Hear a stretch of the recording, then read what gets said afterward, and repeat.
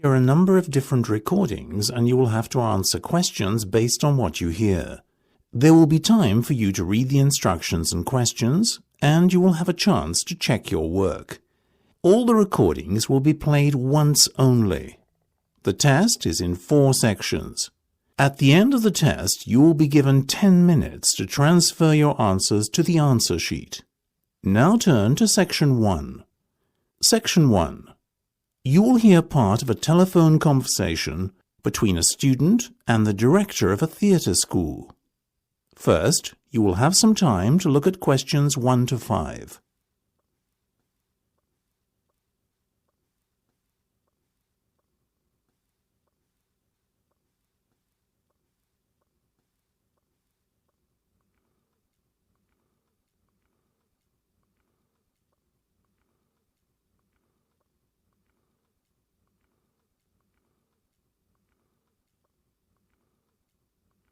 You will see that there is an example that has been done for you.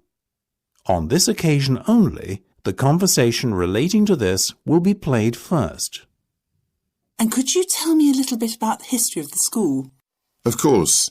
Rosemary Theatre School was established in 1924 and has gone from strength to strength since.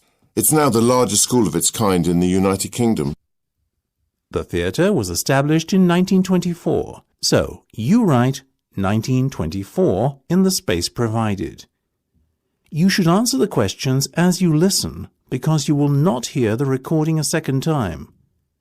Listen carefully and answer questions 1 to 5. And could you tell me a little bit about the history of the school? Of course. Rosemary Theatre School was established in 1924 and has gone from strength to strength since. It's now the largest school of its kind in the United Kingdom. I see. Yes, and did you know we were awarded His Majesty's Certificate of Excellence in 1950? That was perhaps our proudest moment. Very impressive. And in more recent times? Well, a lot has changed. I hardly recognise the school anymore from when I first became a teacher, almost 40 years ago. But those changes were absolutely necessary if the school was to remain at the cutting edge of performance arts. Didn't the theatre used to be located on Bridgeway? That's right, but then the Ambleside School of Dance merged with us and we moved to new buildings to accommodate the greater number of students we'd have to teach. Was it in 1975 when you became the largest performance arts school in the country? Yes, our school and its reputation grew and grew. Then, in 1993, another change was forced on us when our founder and school director for nearly 70 years, Rosemary Elizabeth English, passed away at the ripe old age of 103.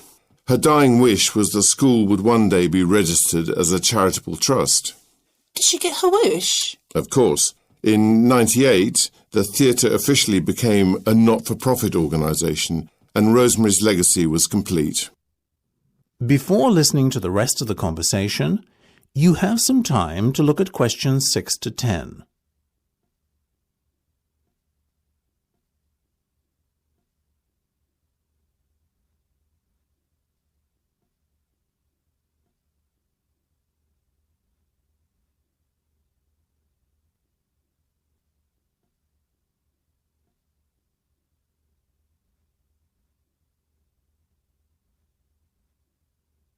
Now listen and answer questions 6 to 10.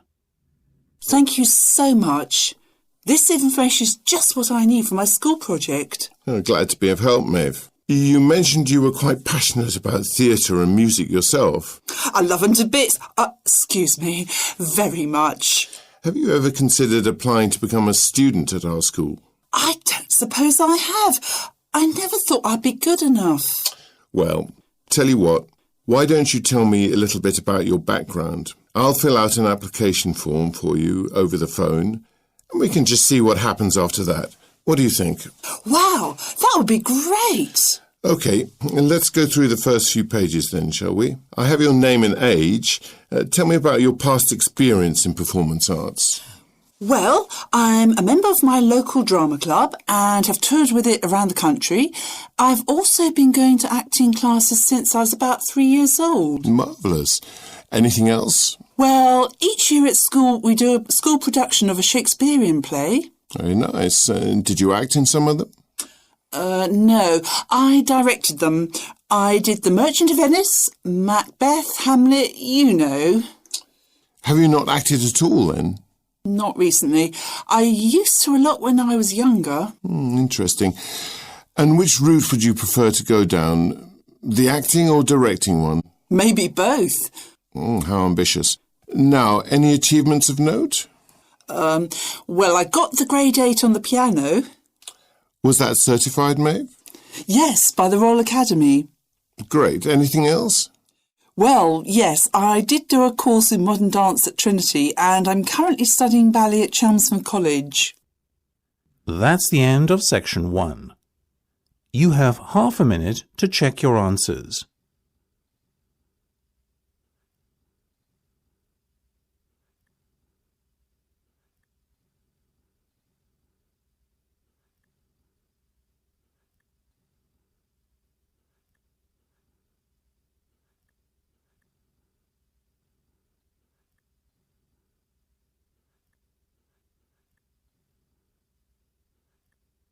Now turn to section 2. Section 2. You will hear a tour guide talking to some tourists. First, you will have time to look at questions 11 to 16.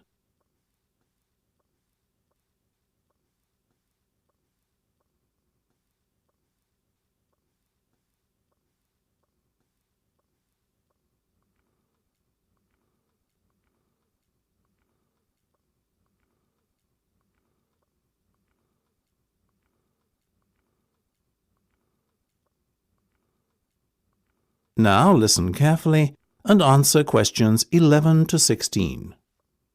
Hello and welcome to Edelwarn Palace Estate. The map I'm just handing out. There you go. You're welcome. Please pass the rest of those around for me, would you? Thanks ever so much. Now, where was I? Yes. The map James was kind enough to pass around shows the entire grounds of the estate. The bus is parked just here at the entrance gate to the estate, where the 2 guards are standing either side. See? We'll make our way in on foot, as no public vehicles are allowed beyond this point. We're going to head straight up the main road towards the palace itself, and on our way there, we'll stop to have a look around the gallery, which is about halfway up. You see it there on your map, I'm sure. Then onwards to the palace, and we'll watch the changing of the guards. As the off-duty guardsmen make their way back to the residence of the guards, so too will we, by following the road just right of the palace on your map. The residence is on the corner, just before you come to the maze. We're privileged in that the guards have kindly opened up their doors to us so we can get an insight into how they live.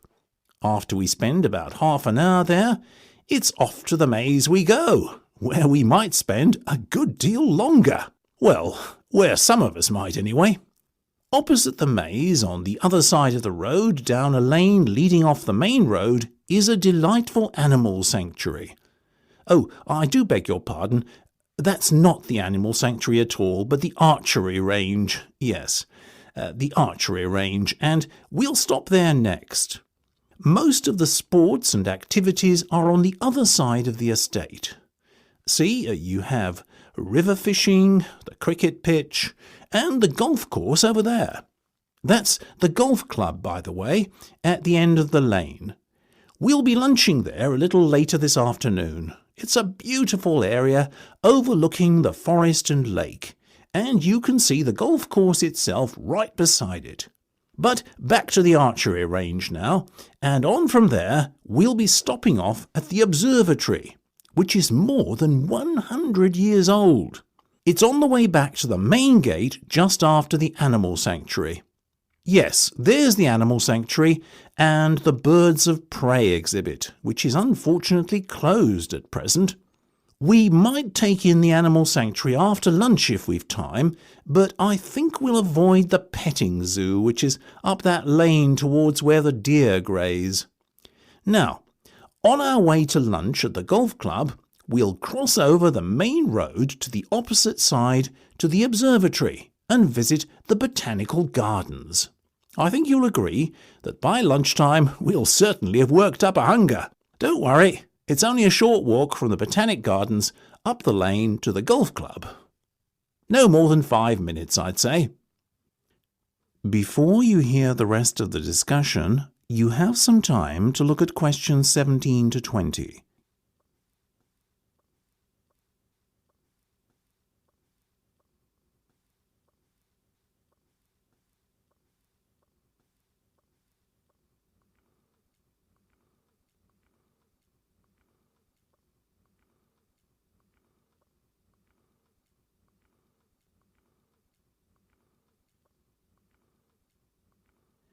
Now listen and answer questions 17 to 20.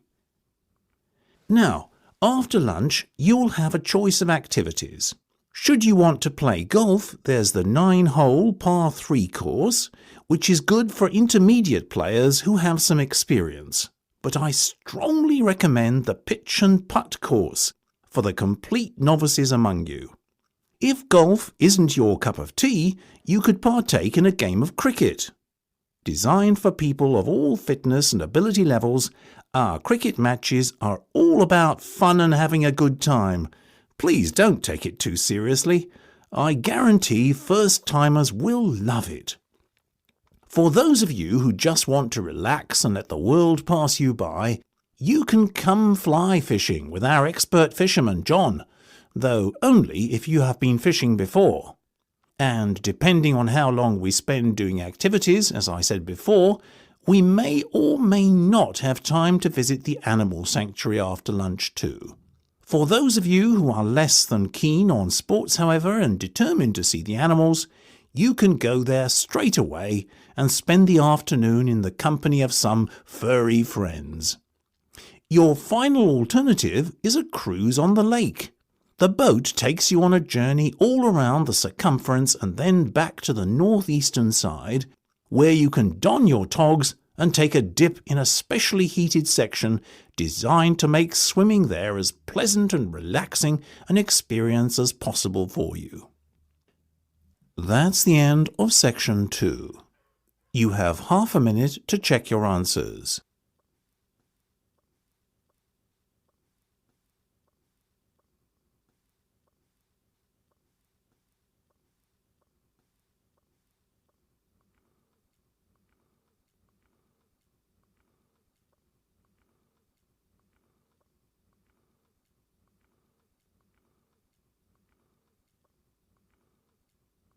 Now turn to Section 3.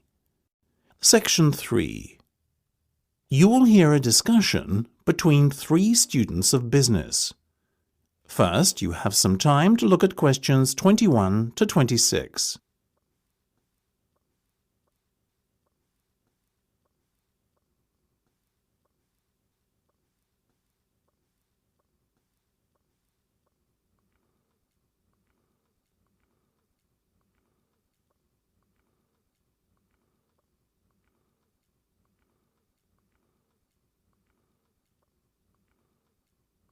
Now listen carefully and answer questions 21 to 26. Did you have a chance to look at that case study yet? Yes, I had a read over the data last night, and you? I had a close look at it and I made some notes, actually. John, you feeling okay? It's unlike you to be such a conscientious student. Ha ha, very funny. I think it's an interesting project and I'm not going to pretend I don't enjoy researching something when I do. Well then, John, in that case, let's start with you. What conclusions did you draw? Well, it's obvious for a start that both the departments responsible for car sales and car repair are struggling. Really? But surely the motorcycle department, which made, after all, the least profit, is faring worse than any other. No, Lisa, you're not taking into account last year's figures. Both the car sales and the car repair departments have seen their profits halve, while motorcycle profits, on the other hand, have remained steady and may even have improved slightly. The fact that car sales generated around £1 million in profits is neither here nor there, if you ask me. That department performed the most poorly, relatively speaking. Yes, but it still brought in a huge amount of profit, as did the car valeting department. I completely agree with you on that last point. A profit of just under 1.5 million is not to be sniffed at. Valeting had a good year this time out, not to mention the fact that, due to widening margins, the profit figure I just mentioned represented an increase of 100% on the year before's. Irrespective of what either of you say, though, the bottom line is that the car repair department was still the most profitable. True, very true. That's just quite a sharp drop from 3 million to just over 1.5, wouldn't you say? Of course, but let's look at why for a minute. I think it's something to do with the breakdown of costs. For example, take the motorcycle department. Look at how high its fixed costs are, almost 75%. That's a formula for a steady, predictable and manageable business model with stable income and profits. On the other hand, car repair had huge variable costs and relatively low fixed costs, accounting for only about 25% of its total costs incurred. And that's a recipe for unpredictability, which explains the dramatic fall in profits. The car repair department has got to reduce its variable costs and increase its fixed costs if it's to start posting consistent returns. I see what you're saying there, and I completely agree. But what about the car sales department? What explains the fall in profits it experienced? Look at the marketing expenditure. It spent most of its marketing budget in the last quarter. That means the effects of the marketing push might not be felt until the next year. So maybe the figures are a little misleading. And perhaps that's why car valeting did so well. Its marketing department spent most of its budget in the first 2 quarters, so sales and profits were noticeably up for the rest of the year. The question is, will car valeting continue to perform so well into the new year? Before you hear the rest of the discussion, you have some time to look at questions 27 to 30.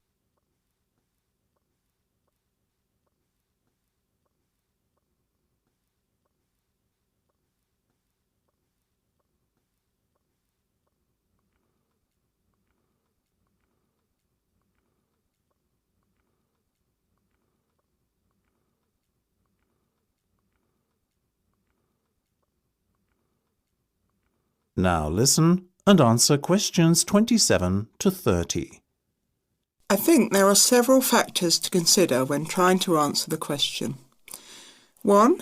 Can it keep its variable cost low? 2. Is the economic recovery going to continue? And 3. Is the cost of equipment maintenance going to rise? In answer to your first question, yes, I believe that is one of the key strengths of the car valeting department. Variable costs are low and fixed costs are predictable in this market, and that is not going to change.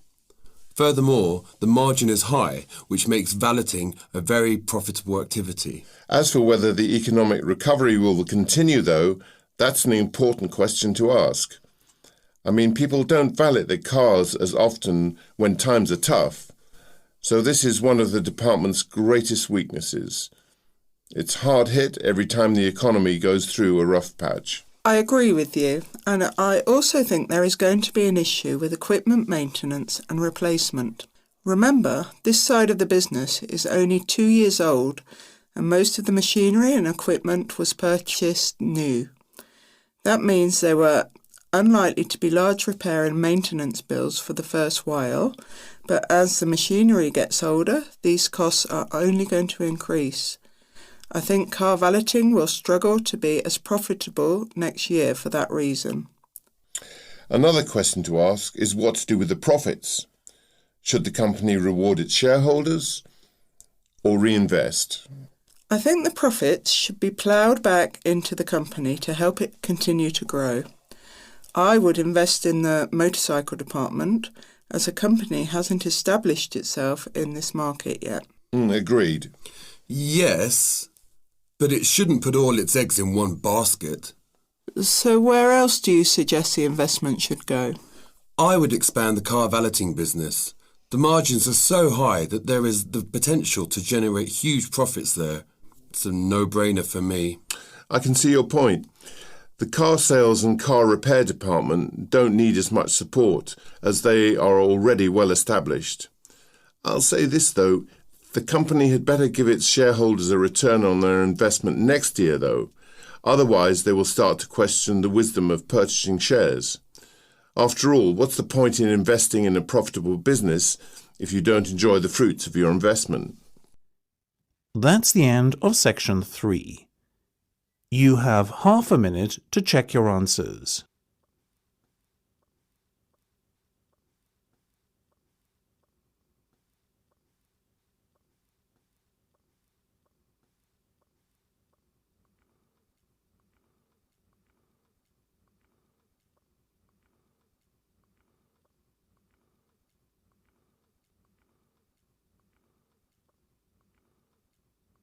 Now turn to section 4. Section 4. You will hear part of a talk about the Great Pyramid of Giza. First, you have some time to look at questions 31 to 40.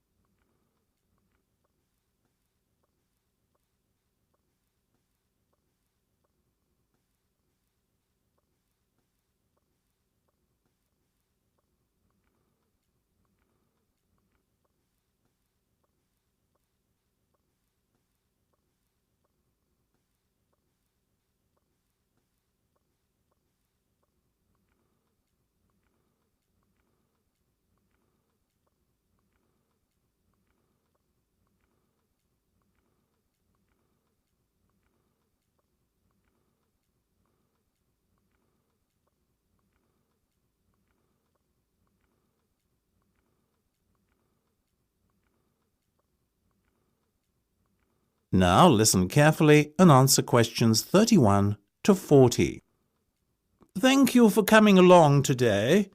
Archaeology has been my life's work, and it is an honor to be able to share that which I love with the wider public, and to hopefully instill a similar passion in some of you here today, and who knows, maybe inspire the next generation of archaeologists. Now, if you have researched my background, you will know that for most of my career I have worked in Egypt. So, unsurprisingly, it is a little bit of Egyptian magic that I want to share with you today. Look at the screen above me here. What you see is one of the most awe-inspiring sights in the world. It is, of course, the Great Pyramid of Giza, or at least a diagram thereof. Let me first take you on a little walk through the pyramid to show you what it contains. Leading down the passageway from the entrance takes you to the subterranean chamber. Now, for any of you taking notes, let me spell that. Subterranean. S-U-B-T-E-R-R-A-N-E-A-N. Spelling has always been a weakness of mine too, so never mind. Now, no one really knows what this was meant to be, but some speculate the king may have originally built this burial tomb here and then changed his mind. If we wander back up towards the entranceway and then take 2 lefts, we find ourselves in another chamber, almost directly above the subterranean one. This is called the Queen's Chamber, but not as its name suggests, because it was the burial place of the Queen. In fact, many Egyptologists believe this chamber housed the pharaoh's spirit. If we wander back out of the Queen's chamber, we re-enter the main passageway in an area where it gets considerably wider. This widened passage is the Grand Gallery, thought to have been built as a glorious entranceway to the king's tomb. Have any of you noticed the 3 smaller passageways here? Here and here. 2 of them leading out of the upper sections of the pyramid. These are not in fact passageways at all, but rather air shafts that were necessary to maintain a supply of oxygen for slave workers as the building work was going on. 2 of the air shafts lead into the signature room of the structure, the king's chamber. It was inside this tower-shaped room that the pharaoh's body was laid to rest. Magnificent, isn't it? Such an amazing feat of engineering, and to think that it's more than 5,000 years old. It's hard for us today to appreciate just how much of an achievement it was to build a construction of this kind so long ago. But to put it in perspective a little, bear in mind that the Egyptians had no motorized equipment, no computers to make difficult calculations as to the structural integrity of the building, no lorries or trucks to transport building materials, etc. They relied to a large extent on handheld tools, and the harnessed power of animals, and indeed other human beings, namely their slaves. An estimated 2.3 million blocks of limestone are believed to have gone into the building. These giant slabs were, it is thought, sourced from nearby quarries.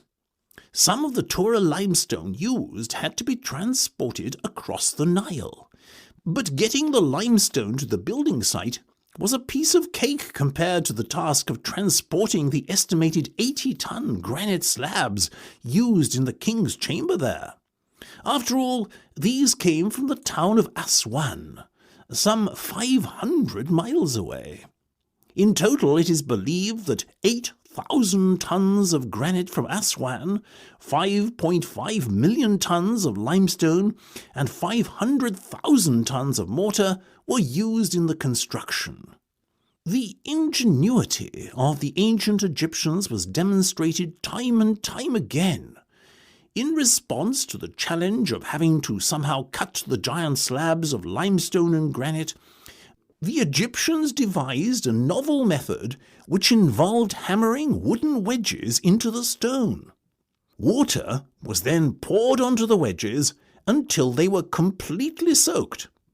As the wedges absorbed the water, they expanded, causing cracks to form in the rock as they did so, effectively cutting the slabs into pieces for the Egyptians. At completion of the main structure, white casing stones were added. Sadly, little evidence remains of these, and we can only imagine how beautiful the pyramid must have looked with this white facade adorning it. A massive earthquake which struck in AD 1300 loosened most of the outer casing stones, and these were removed at the wishes of the then ruling Bahri Sultan, who wanted them reused to build mosques and fortresses in Cairo. In fact, many of the original casing stones can still be seen on structures around the city today. The precise manner in which the pyramid was constructed is still not known. Various theories suggest the huge slabs of stone were either pulled, dragged, lifted, or even rolled into place. Indeed, due to recent findings, some have also begun to question the notion that slave labour was used at all. This notion was first put forward by the Greeks thousands of years ago, and has remained popular ever since. But archaeologists have recently discovered evidence of huge workers' camps, which seem to suggest that the building may have been undertaken by armies of highly skilled workers rather than slaves. One Egyptologist, Werner, posited that the huge numbers of highly skilled workers were organized into a hierarchy consisting of 2 gangs, each of about 100,000 men. According to Werner, the gangs were further divided into 5 groups of tribes of 20,000 men according to their skills. What is certain is that we do not... That is the end of section 4. You now have half a minute to check your answers.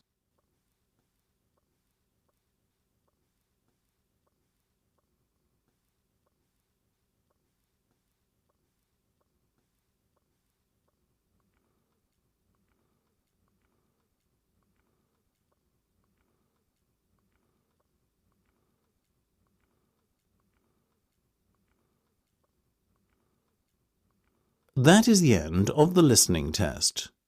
You now have 10 minutes to transfer your answer to the listening answer sheet.